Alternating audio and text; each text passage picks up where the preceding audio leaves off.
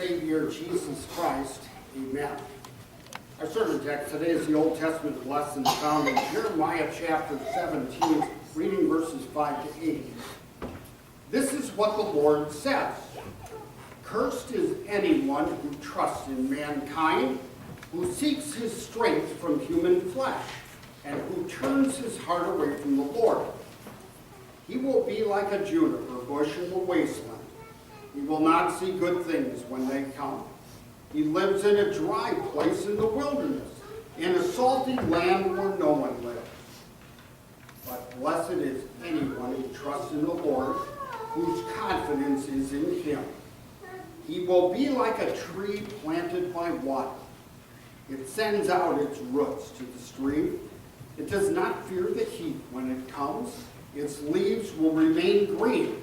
It is not concerned about a time of drought. It does not stop producing fruit. These are the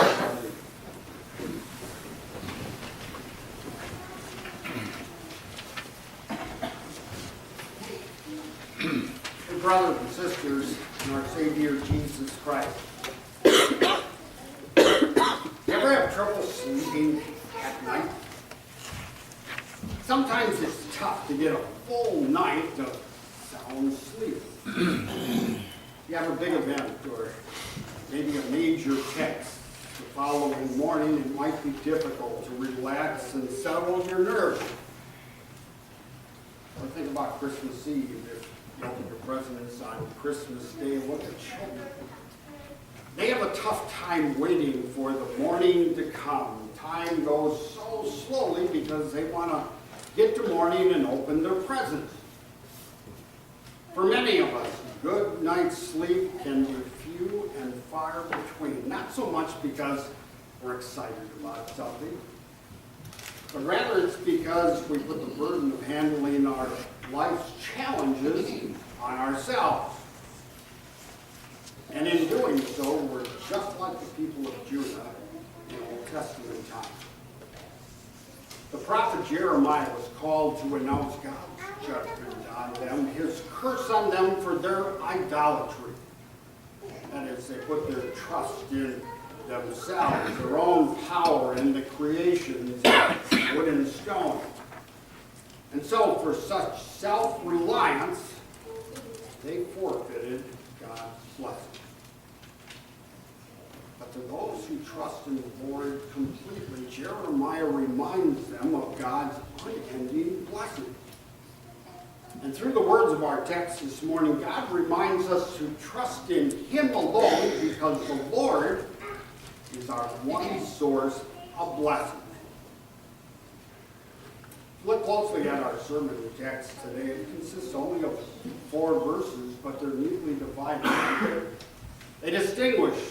A couple of verses are for those who trust in the Lord completely, and then the other 2 are about those who rely on themselves in one way or another. The Old Testament people of Judah had entered into a bilateral, that is, a 2-way covenant with God. God basically said, if you obey me, I will bless you. And I will keep you safe from your enemies. But if you disobey me, you'll be on your own. When the prophet Jeremiah served the Lord, his job really was not the most desirable one. He had the task of preaching doom and gloom. He had to preach God's judgment against this rebellious, self-absorbed people. The Lord had rescued them. He had forgiven them time and again, but they still did not learn. And even as Jeremiah predicted the onslaught of the Babylonian Empire on Judah, and that was because they had turned away from the Lord to man-made idols, their response was not to beg for God's forgiveness or help or rely on His mercy. Instead, they turned to Egypt to help them fight that losing battle against Babylon. Their strength, as they perceived it, depended not on the Lord, but rather on their own plan, their own power. So God spoke. This is what the Lord said. Cursed is anyone who trusts in mankind, who seeks his strength from human flesh, and who turns his heart away from the Lord. He will be like a juniper bush in the wasteland. He will not see good things when they die. He lives in a dry place in the wilderness, in a salty land where no one lives. And now they were bringing upon themselves God's curse. Isolation like a bush in the wasteland. A self-reliant people removed from their homes and isolated in captivity. Deprivation, parched and scorching in the desert with no relief of God's protection and security. They also face condemnation, just like that bush in the middle of the salt plains with no hope of survival. The troubles and the difficulties they faced were a result of their self-reliance. At times, God also allows us to struggle with troubles and difficulties. Of course, we need to be careful not to automatically assume that they're a curse or a punishment from God. Those who fail to trust God in loving hands in any and all situations, they're bound to have some kind of assumptions. One's like, I must have done something wrong to deserve this. Or worse yet, they think God's being unfair. I don't deserve this hardship. Or it's easy to see where the focus is then. God wants us to keep our focus on Him, to put our whole confidence in His loving will for us. We can persevere and endure life's troubles and hardships by turning to the one source of our blessings, the Lord Himself. Peter talked about that in his first epistle. He said, cast all your anxiety on Him, because He cares for you. At times, however, our sinful nature insists on casting those anxieties and fears on ourselves. The reason God handles the little things, but for the big problems, maybe I need to help Him out a little bit and make things happen. And the moment we start relying on our own abilities to work things out, we begin to lose the battle. And we turn farther and farther away from God. Like the people of Judah who cried out in captivity for the Lord, we confess we're often guilty of doubting our Lord's loving hand in all the events of our life. By grace and through faith in Christ, we turn to Him for forgiveness. And every time, He blesses us with His forgiveness, reminding us of His continued promises of salvation. He wants our full and complete trust for all of our needs. Doesn't matter if they're big or small. We can always call upon our Lord in prayer, knowing that He will always hear us and He will always answer us for Jesus' sake. And the fact that we can approach God in prayer at any time and for any reason is an example of God's faithfulness and unfailing love to us. You and I have failed and disappointed ourselves many times. We have not been perfect as God demands us to be. But there at the cross, Jesus fulfilled what God demands. He recreated our relationship with God. He took up our sins. He paid the price for our forgiveness.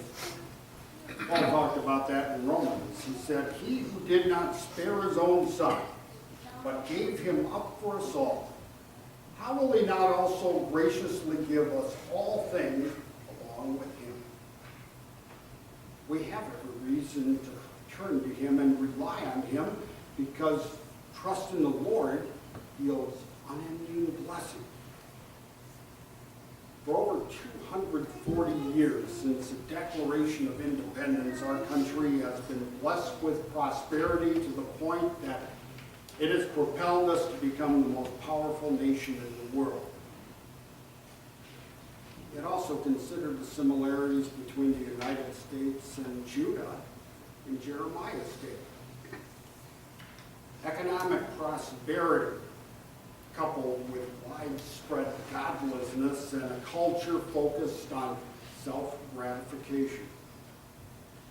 If we had the same covenant with God that Israel had, it would have been likely that God's curse would be falling on us as well. As a country, we certainly don't richly deserve what God has given to us, especially for our culture's philosophy of self-reliance. Thankfully, also as believers, we receive from God what we receive does not depend on our obedience, as it was with the covenant between God and Judah. Remember that two-sided covenant we had? God's blessings in return for their obedience. When Jesus sacrificed his perfect life for us on the cross, he established a new, a one-sided covenant between God and mankind. And now, for Jesus' sake, God provides his believers with unending blessing. Even our faith is a gift of God's grace through which we receive all his blessings. Our reading says, "But blessed is anyone who trusts in the Lord, whose confidence is in him. He will be like a tree planted by water. It sends out its roots to the stream. It does not fear the heat when it comes. Its leaves will remain green. It does not concern about a time of drought. It does not stop producing fruit." As Christians, we can consider even our temptations and disasters to be blessings from God. And that's not just wishful thinking, or as some people might say, Christians have to pretend and think happy thoughts because that's the only way they're going to survive. Our troubles and our disasters really are blessings to us, first of all, because they show us that there are some things that are beyond our control. We cannot rely on ourselves for anything. And that's a pretty painful thing to admit. But God tells us that he allows us to struggle and to face hard times so that we learn to despair of ourselves and our own strength. And he teaches us to turn to him who has all power and wisdom to make everything work for our eternal good. He promises to give us the strength to bear up under any temptation. No matter what comes our way, we have no reason to be afraid, even when things do not go our way. When they don't go the way that we have planned. Think back when you were in high school, maybe college. People often came up to you or they would say, "So what are you going to major in? What's your career going to be?" Myself, I was planning to become a doctor or a professional soccer player. Nowhere near that today, am I? Wasn't the way God planned. You see, the point is our life doesn't always turn out the way that we plan. As believers, we've come to see how often our plans are different than God's plan. We also know how he's worked everything for our good, for our best, because it's his plan. It's not ours. And even in the heat of temptation and the drought of distress, when it looms over us, we don't have to fear or worry. By God's grace, we find comfort and refuge in his gospel, which will produce even greater fruits of patience and peace and hope.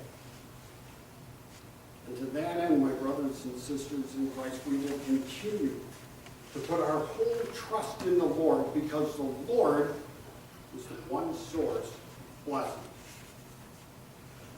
So the next time you have trouble getting to sleep at night because your mind and your heart are so preoccupied with the burdens and the busyness of life, ask the Lord for the strength to refocus. May the Lord sharpen our spiritual eyes to see who really is in control of all things, blessing us with physical and spiritual blessings exactly when we need them.